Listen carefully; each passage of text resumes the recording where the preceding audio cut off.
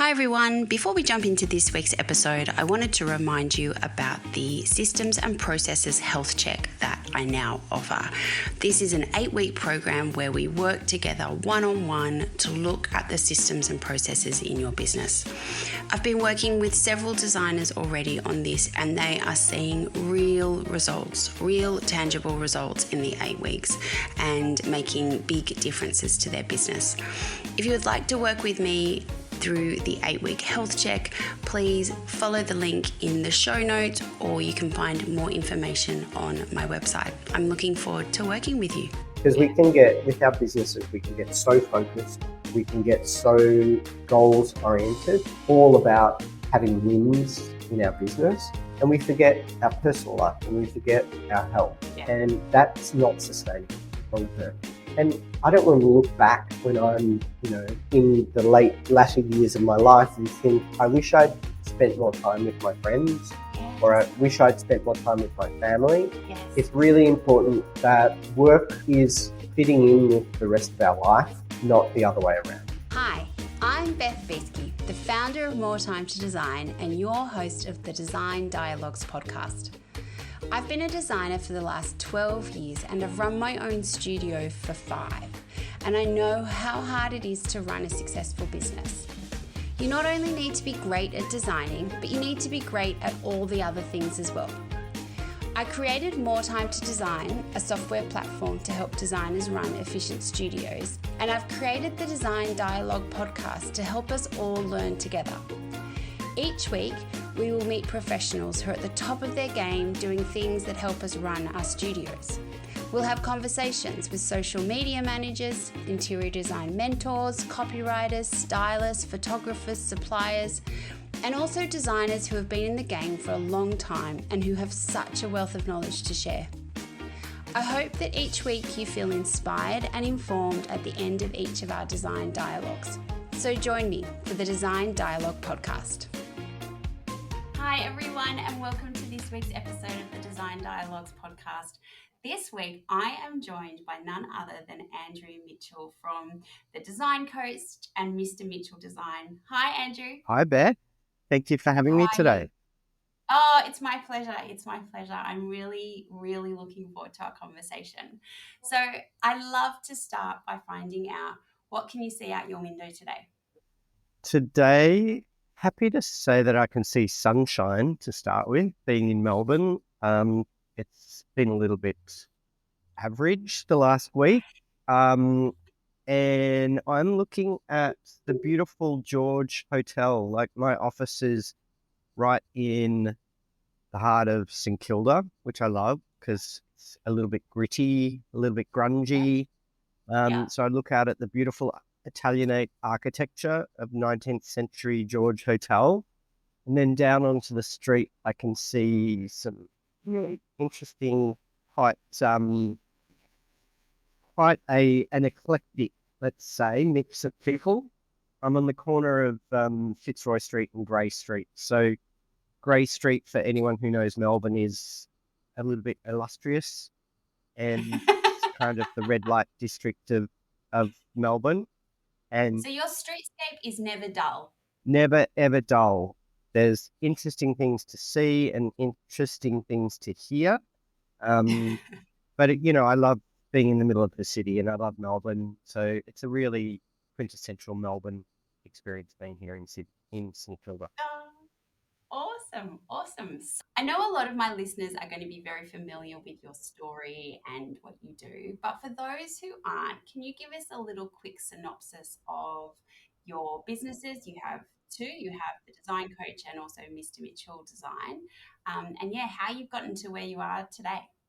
Well, it's very kind of you to say that a lot of people would know who I am, but from the design perspective, I started my interior design business in 2000. So 24 years this year, coming up to 24 years, which feels like congratulations. That's a real milestone for anyone in any business. I think so. Just to hang in there for 24 years exactly.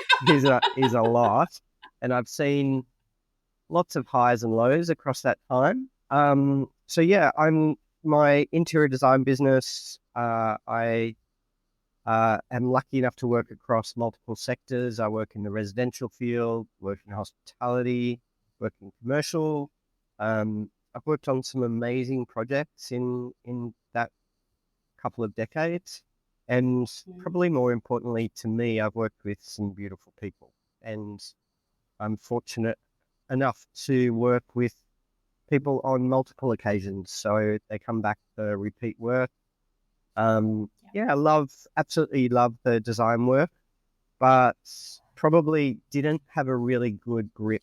The reason that I came to starting the design coach in 2018 was when I set up my business at the ripe old age of 30, I didn't have any idea about how to run a business. And I think this is a common story for a lot of creatives. They have a passion for what they do, but they don't really think about the back ends of how do we make money? How do we make sure that we're running a efficient and profitable business? Because no one really teaches you that. So I got myself in a long story cut short is I got myself in the early stages into a lot of trouble in my business financially.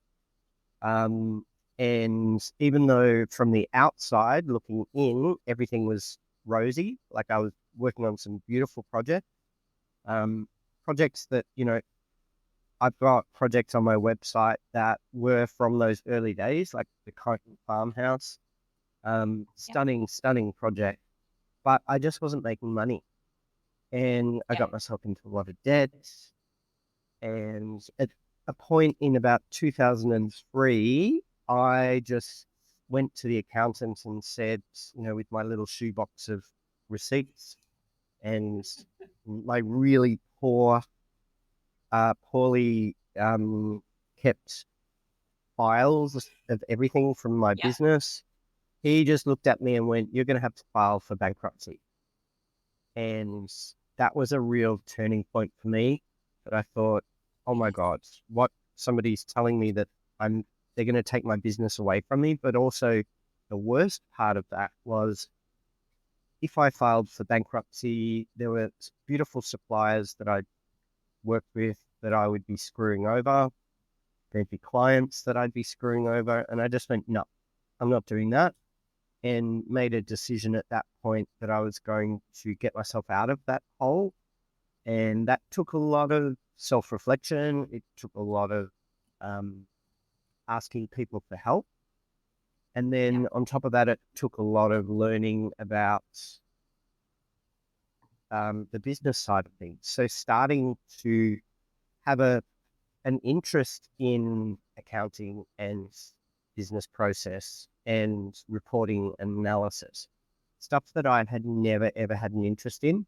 And a lot of creatives just don't, because I sort of think that's the last thing I want to do is worry about all of that sort of side of things. But or they're kind of like, no, I'm creative, I don't do numbers. Exactly. That is such the common thing that I hear from people.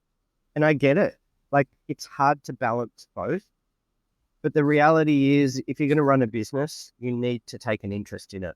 And you don't have to be obsessed with money, but you need to take an interest because a business requires you to take responsibility and to be accountable and to take an interest in how it all comes together. So, as I said, long story short is I did get my act together over a number of years. I got myself out of that hole. And in doing that, I learned all of these, or I created all of these amazing systems and processes. And I found out that I actually like that side of it, which is crazy. So I've got a very left and right brain, which a lot of people in interior design and architecture do, because they have to do the practical stuff with the creative stuff, whether it's schematic planning and spatial planning. We're using the left and right side of our brain, and running a business is exactly that. So fast forward to 2018, I started coaching one-on-one with designers because I found that I had something to share. And that just sort of grew from that point forward to the design coach as we know it now, which runs international programs online, coaching programs. I take trips internationally, took a group to Milan last year, took a group to Queenstown last year. I'm taking a group to Palm Springs in February next year. And in between that, I do a lot of one-on-one coaching and do a lot of group coaching as well. Yeah, wow. Wow. That's a journey. And amazing. One of the things that I found really interesting that you were just saying, and it's something that like I have similarities to your story in that I think that left right brain through my previous experience, I had a lot of the business side of things, and I do think a lot of designers sometimes discredit. They kind of think I'm creative, I can't do the numbers or the systems and processes, but actually, when you think about it, being creative is a small part of what we do. Like there's so much planning and kind of there's so much more to it. I think a lot of designers sometimes do themselves a bit of discredit in that. But one of the other things that I think is really interesting that you kind of touched on a little bit is someone who owns their own studio.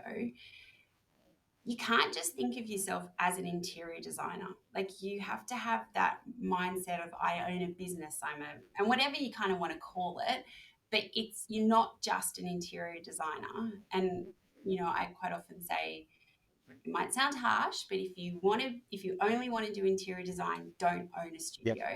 Um, how have you seen when you're coaching designers? How have you seen them kind of shift that mindset within your Yeah, programs? 100%. I agree with you completely that we have to wear so many hats when we're Yeah. running a business. And it's everything. When you start out in business, you're wearing all of those hats. Yeah. So you're the person who does the admin, you're the person who does the marketing, you're the person who does the client onboarding, you're the person who needs to be on site to manage the projects, you're the person who also needs to clean the bathrooms and empty the Yeah. bins. So, there's so many different things that we have to do in our business. And I agree with you. If you only want to design, go and work for someone. And I'm quite often Yeah. going out to schools and colleges and speaking to people. And that's one of the questions that I get asked is, what do I need to be prepared if I want to start my own business? And I'm very, very honest and upfront with people that, there is, as you pointed out, the creative is only a small part of running a business.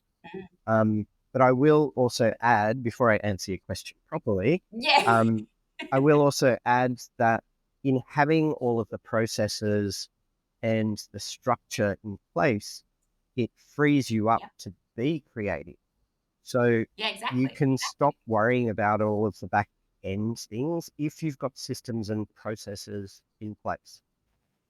Yeah, because there's so many elements of design that you can't automate and you can't speed up and you can't really outsource. There are just those, putting together a beautiful material palette that takes time and you can't send it out Yep. kind of thing. And I think that's where people need to change their thinking a little bit about systems and processes. And people are like, oh, I can't do that. Like, it's so Yeah. overwhelming. And I'm like, the freedom that it gives you, like, you will be able to do more of the stuff that you want to do, Exactly. which is the nice things, if you get these systems and processes in the back of your business Yeah. sorted. Like, it's once, and it's amazing when people have that realization. They're like, it's like the light bulb Yeah. goes on and they're like, oh, I can do more fun stuff if I do this, get Yeah. this stuff sorted. And that's pretty much exactly in line with the answer that I wanted to give for your question, which is, what do I see that the people that I coach and the people who do my programs, what do I see the results that they get is that first and foremost, I see them falling in love with design again, Yeah. because Yeah. quite often people start out with a lot of enthusiasm and a lot of excitement about starting their business. And then the monster of running a business takes over from the Yeah. creative and they get lost in that. So they end up, I don't know if you've ever heard of the E-Myth and Michael Gerber. He talks about the Mm. different sort of roles within a business. So he talks about the entrepreneur, the manager, and the technician. Yeah. And Yeah. when we're running a business on our own, we have to be all three things. We have to think entrepreneurial. So that means big picture thinking. So that's the strategic sort of element of the business. Which direction are you going to move the business in? How are you going to go about getting new business on board? How are you going to represent yourself? And then within the business, there's the manager, and that's the person who has to organize and create structure and make sure that there's a plan in place. Even if you're working on your own, you still need to do that. And then Mm. kind of down the bottom, there's the technician, and they're the people that get the work done. They're the ones that are at Mm. the coal face doing the documenting, putting together the materials palettes, doing the presentations. They're the technicians that do all of the grunt work. And what happens generally for us when we start a business is that we're excited by the entrepreneurial side of it, about being free and having creative control. And then the further we get into the business, when we're actually rolling out our the actual projects, we get stuck in the technician role, and we're just permanently working on the work rather than working on the business. And what that does is it just sort of means that we're not looking from a bird's eye perspective at where are we heading? Why are we doing this? Where do we want to be heading in the future? And that can become a little bit disempowering, and you just Mm. feel like you're stuck in the business. So the thing that I love seeing when I work with people and I introduce new systems, new processes, is first and foremost, they get back a little bit of that sense of I can do both. I can be an entrepreneur and I can be a Yeah. technician. Secondly, I find that really importantly, this is a big thing that I keep having over and over and over from clients as they come to me. They're not running profitable business. They're not making money. Yeah. They're kind of a slave to their clients, and it Yep. just feels like, and then resentment creeps in. Resentment towards the clients, resentment towards the business, and that's where the love disappears in the business. So I want to see that people are running profitable businesses so that they can firstly feel like they're being rewarded for the hard work and the stress and the responsibility. But then secondly, it enables growth. It enables them to then start to delegate. And that's the third I see from people. When there's systems and processes in place, it enables you to hand off some of that work, some of the work that you might not be really personally good at. Like I am really bad at documentation. I am really bad at putting presentations together. There's so many, I hate documentation. yeah, Hate it. I'm dreadful at it. And the amount of procrastination that I can put into avoiding trying to document the most simple of yeah, rooms, I will do it. I will do it. I yeah. hate it. So, and we can't be, there's a few people, there's a little handful of people who are good at everything. You know, they annoy you, those people. Yeah. Um, but in all honesty, I don't want to be good at everything because it means if you're good at everything, then you probably don't want to hand it off to other people. I'm really happy to hand it off. But for the first number of years of my business, I was too afraid to bring people in because number one, I was afraid that they'd see that I was really unorganized. I really didn't know what I was doing. So behind the Yeah. scenes, as I said, on the surface of things, it all looked great, beautiful projects. I was getting published and I was sort of nominated for awards and things like that. But behind the scenes, it was a mess. And I didn't want to bring someone in to see how much of a mess it was. But then secondly, when I tried to do it, I was having to kind of oversee every single step of what they were doing because there was no documented systems in place. So for Yeah. those poor people who came on board, they were like, what do I do next? What do I do next? So that was through learning that, okay, well, if I'm going to do that, if I'm going to bring people in, I need to document everything so that they've got like a blueprint of what do I do? What are the steps?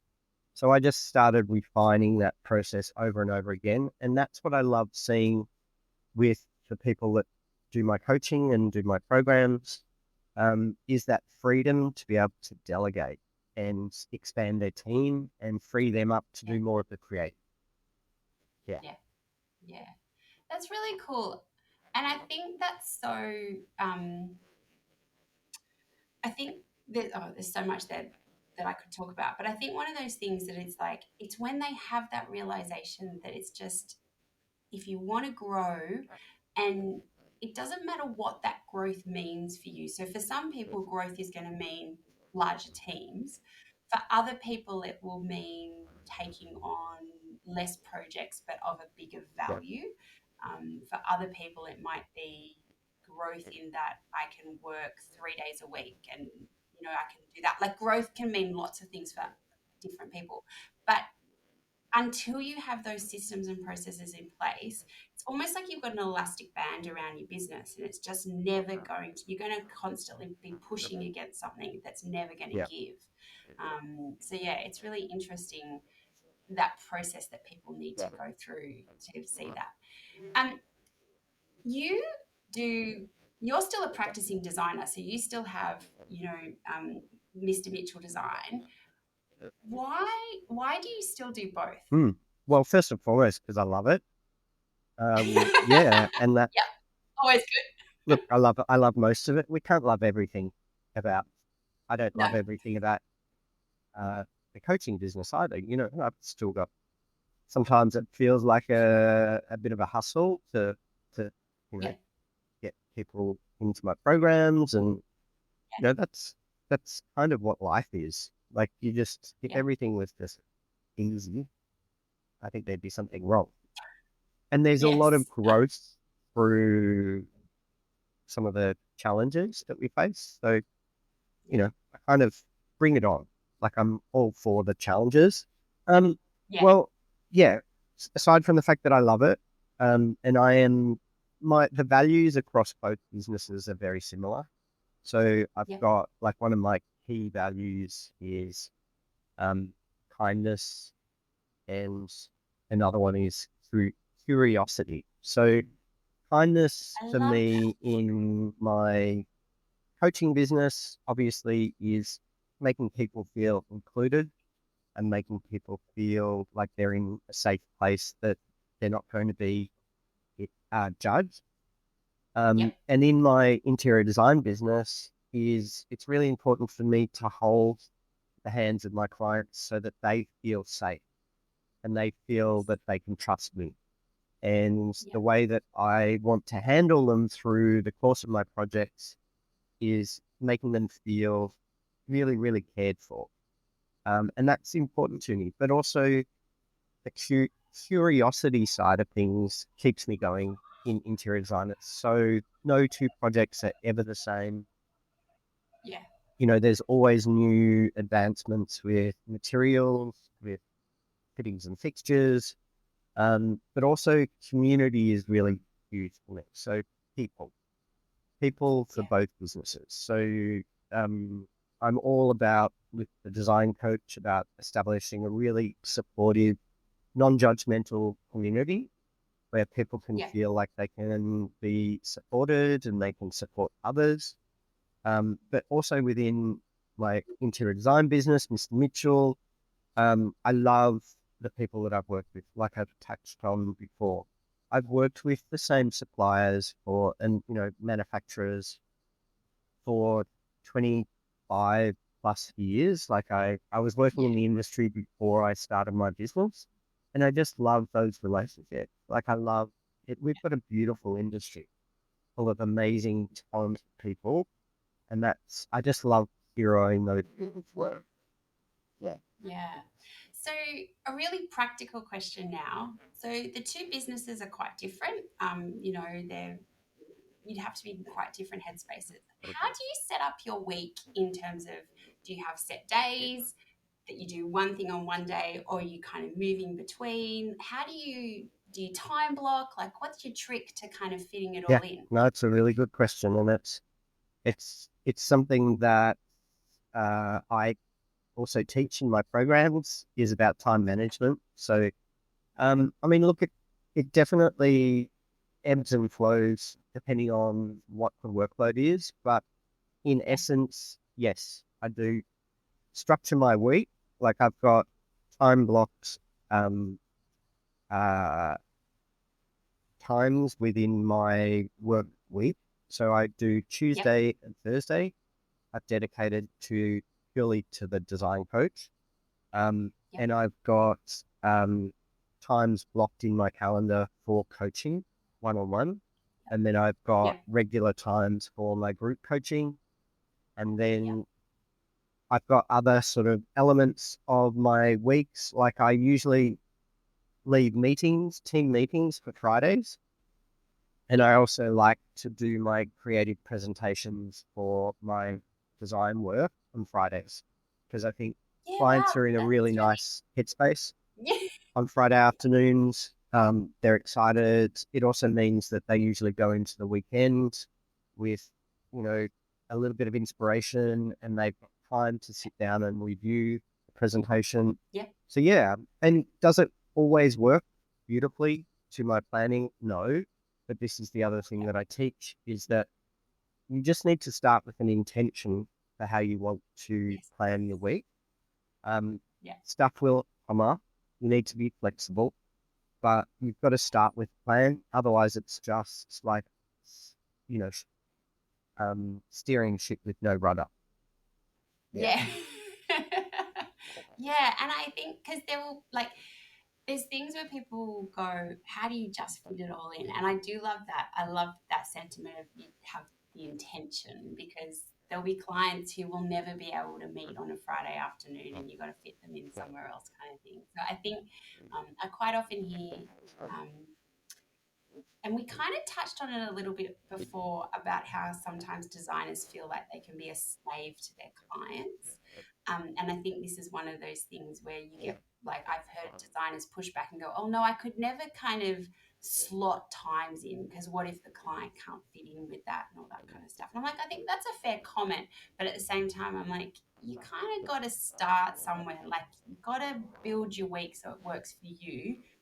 Yes, have flex in that, but start with it at least working for you, kind of thing, and go from there. Absolutely. And you're spot on that, you've got to start with an intention to try to manage your time as effectively as Yeah. possible. And I always, when designers ask me about that, I quite often just I get them to think about one of the design firms that they really, really admire. Say, you know, one of the guest speakers that we had at our recent Melbourne Design Conference was Min Fanning from Min Design. Yep.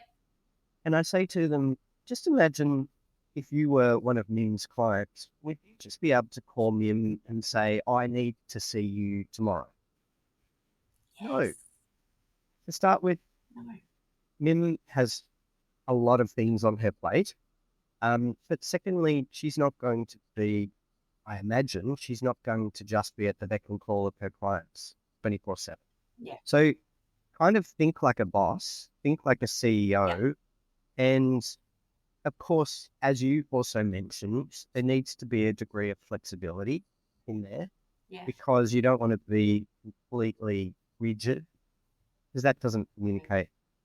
I don't know. It doesn't communicate to your clients that you are somebody who understands and empathizes that they've got lives as well. Yes. Exactly. Yeah. But you can always start with trying to lay some boundaries in place Mm. as far as what your availability is. I think that's really important too, Yeah. to upfront let clients know your availability and block out your calendar, plan your calendar and have time slots available for last minute meetings.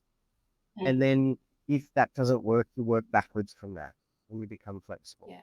But I think And one of the other things I wanted to say there, Beth, too, was that it's really important. One of the things that I find that is lacking in a lot of small business owners' practices is this streamlining of how many meetings that clients get to have.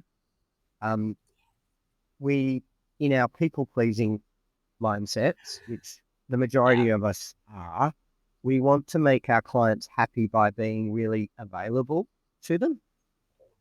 But what that's communicating to our clients is that they're kind of in control of our calendars.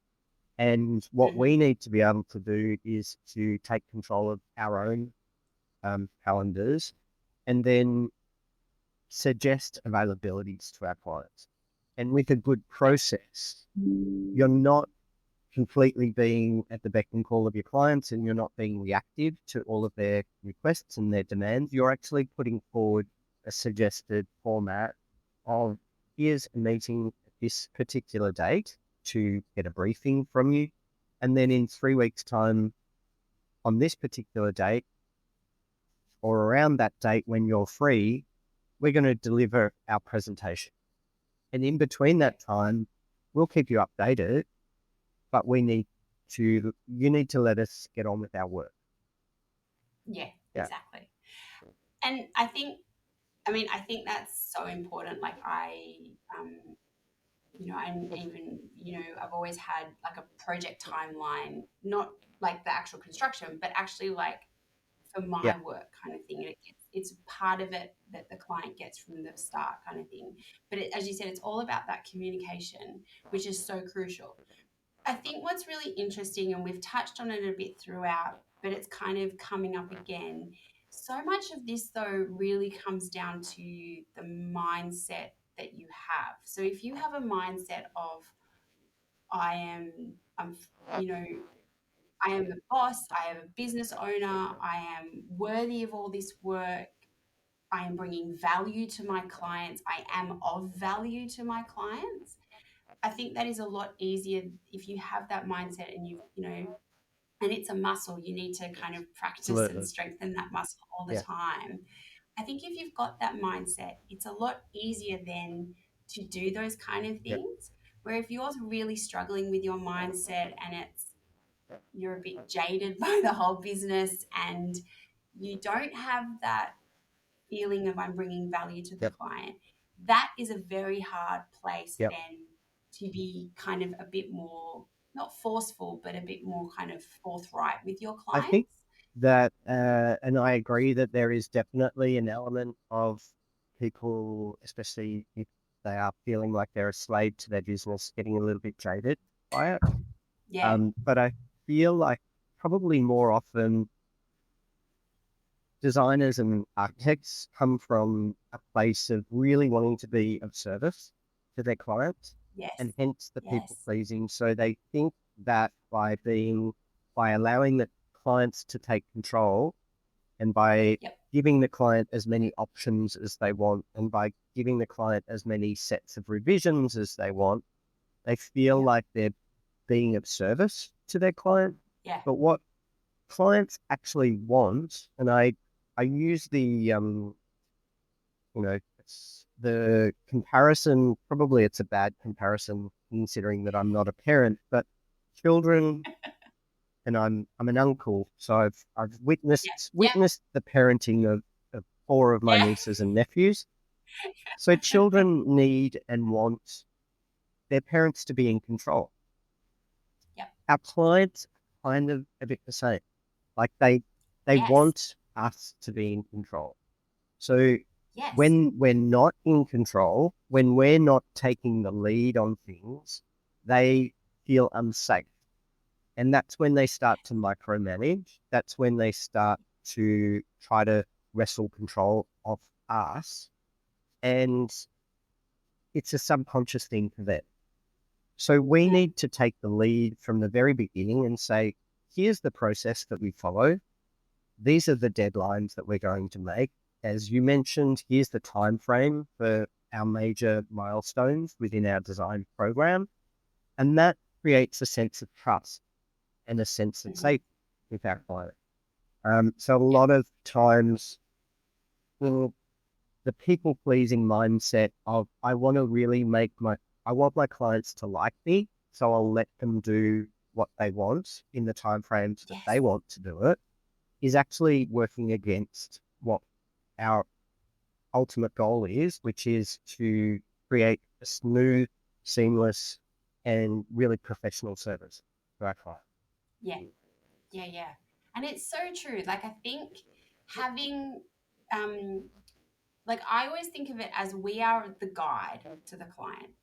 And I think as well at the moment, and, I've seen comments around lately a lot about with the increase in building costs and just cost of living, like everything economically, it's a difficult time. I think the stress levels, especially around residential projects at the moment, the client stress levels are a lot higher. And like what they could build for $500,000 is now, it's now $1 million, and there's a bit more heightened stress to the whole process. And I think comes with that, the pressure on us as the person who is guiding or being part of the team that is guiding the client through this process. It's harder for us. The client is a bit more reactive. But I think if you've got the strong processes and systems and processes in place, but also you have a way to guide that client in a way that they are still going to feel like they're not completely out of Yep. control and they still have input, but you are like, it's if you can get that right, it's It is. magical and the client has the best Yeah. experience. But it can really easily become Yep. derailed, especially when everything is a little bit more Yeah. heightened. So I think working out how you can do that for your Yep. clients is so I think, crucial. yeah, you're spot on. I think the clients need to also feel that they have a degree of control, that they're not handing over Yes. complete control to us with decision Yes. making. So that's why I started when I got a little bit more organized in my business in the early 2000s. I started to develop a process, and it started with that standard sort of architectural model of 5 stages, like concept, design, Yep. development, documentation, tender and estimation, and then project management. Um, and I've learned over the last 20 odd years that that's not enough for the touch Yeah. points with clients. So that's why my TDC 9 stage process evolved. So the whole purpose of that is not to make it more complex. It's actually to give more touch points to make sure the clients are feeling like they've got that control. Like the control is not so much that they're needing to lead the project, because that's our job. Their Yeah. control is in the decision making. So there's enough points along the way that they feel like Yeah. they're involved in the decision making and they're not excluded from that. And that's not just, again, you touched on a really important point about budgets. And it's not just about the design outcomes, which is kind of where majority of designers and architects focus, just on the Yeah. aesthetic and functional outcomes. It's also clients. I talk about in my programs, I talk about the 3 pillars of the project: budget, time frame, and design. Now, we all know Yep. about the design one because Yep. that's kind of what we're trained and why we come into it. But clients also care about the budget and the time frame. So we need Mm-hmm. processes in place from the very beginning of a project, from the very first conversation with the client, that enable us to seek and understand what their expectations are around the budget and the time frame, and then also manage those expectations throughout the course of the project. Because if you don't, firstly, timeframes and budgets will blow out, and that Yep. a lot of it is out of our control. Our responsibility is not to guarantee that we can create the project outcomes on time, on budget, because there's too many external influences. I don't buy into that whole on time, on budget thing. But what our responsibility is to update the client along the way for any change. Yeah. And we can only do that if we've got a really strong process in place. And that, Yeah, exactly. Because it doesn't matter how beautiful the project is, if it's way over budget and a year late, you're not going to have a happy client. yeah. And look, they might ultimately love what you've done for them, but there will be an underlying level of disappointment that their Yeah, needs weren't exactly. actually met on other levels. Yeah, And I hear that yeah, time and time again from people who've worked with quite significant architecture practices that just disregard their budget altogether. And yeah, it's, exactly. for some people, it can be life altering to have a Yeah, project that was initially budgeted at a certain amount and it blew out, 100%. And they've had to seek alternate funding and all that sort of thing. So it's a really important element to balance, and that's a lot of responsibility on us. And we don't have, as I said, ultimate responsibility for the budget. What we what I encourage for all of my members to do is to do our best to be informed and keep clients informed. yeah, definitely, definitely. Oh, so many good points. Um, so you mentioned before as well, travel is a big part of your business and your life. You have gone on some amazing design trips. Like I'm always like, oh gosh, they look amazing. And you've got Palm Springs coming up, which I am very Mhm. envious of, I have to say. Um, what for you is important about not just travel, but travel to these kind of design hotspots and, those areas that are just, synonymous with great Yeah. design? Well, I think when I imagined my life in general, like I'm a vision board person, a bit Yeah. proud. No. Um, I actually had a laminated vision board once. That yeah, That is that's good. That yeah, is good. it's That's next. so naughty. But anyway. Um, but yeah, always on that has been travel. So it's part of my personal. It's, as I said, my one of my personal values and my professional values is curiosity and also adventure. Adventure is a Yes. big one, and adventure feeds my creative spirit. Adventure feeds my creative renewal as well. And, the other element to what I really passionately want to foster as part of the design coach is well-being, like wellness. Um, Yeah. Not from the corny sort of, perspective that's overly promoted through commercial um, Yeah. sources nowadays, but from a genuine place of being well Yeah. physically, mentally, and emotionally. And travel Yeah. helps do that. Like it really it replenishes, it inspires, it educates. And for me personally, it's just a big thing. And when I started the design coach, it was something that evolved because of my personal interests. And I thought, if I like this, there's going to be other people who like this. Yeah. And the other thing that's really big for me is community. I touched on that before. Yeah. When I started out for a long, long time, I felt so lonely in my business because you're one person working on your own in your office. Um, Maybe sort of get out to see suppliers during the week, but otherwise you feel a little bit like a silo. And Yeah. there's you don't feel like you've got other people you can talk to about some of the business challenges that you're facing. And people I found were holding their cards really tightly to their chest. So Yeah. through things like the travel internationally, people like even just our recent design conference here in Melbourne, which we had here in St Kilda. We had a group of 20 designers who all came together. Some of them stayed on site at the Prince Hotel. Some of them just came for the day. portion of it, but over the 4 days of the program, people connected. And Yeah. I love seeing that. Like people I've seen in, the 6 years that I've had my program, incredible lifelong friendships form through Yes. participation in the programs, through coming along to the retreats or the international trips, and also fun. Yeah. There's not Yeah. enough fun in our lives.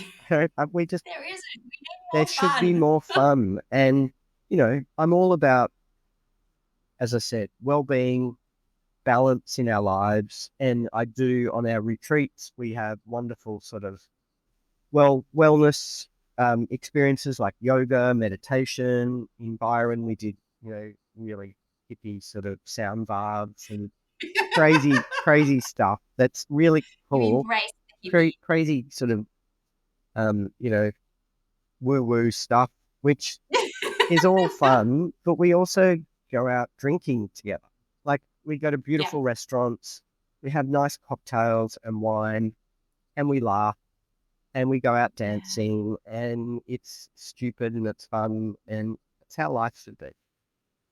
And it's so important though. Like I think that we can get so caught up in the day to day and years fly by and you're how are we, three-quarters of the way through this year kind of thing. And I think those little kind of jewels along the way are really what kind of helps you when the days are bad. And, I think that especially the retreats and like the time away, having the time to form deeper relationships with people in the industry who you can do this journey side by side is so helpful. And it's like just it's actually I think you can always tell the people who have those supports around them in the industry, they have better businesses. And it's not necessarily something you can manage in money, but it really is it's all those other things that I think you can measure it in, and they really do have those stronger businesses, which is beautiful to Yeah. see. And I think I developed a number of years ago, I developed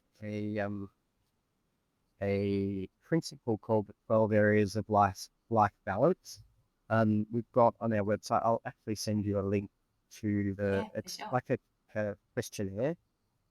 It's Yeah. not a questionnaire that you get full points of, you win, you get full points. It's really, it's, it looks at the different areas of your life, like um, your physical health, your mental health, your environments, your friendships, your family, your relationships, and then, your growth, like your personal Yeah. growth and your professional growth. And they're all things that are important to all of us. And they're Yeah. really important for a sense of positive well-being. And I'm Yeah. not a proponent for having to win on every front, but I am a proponent for checking in regularly to see where you're at and what area of your life you might be lacking. Because we can get, with our Yeah. businesses, we can get so focused, we can get so goals oriented, all about having wins in our business, and we forget our personal life and we forget our health.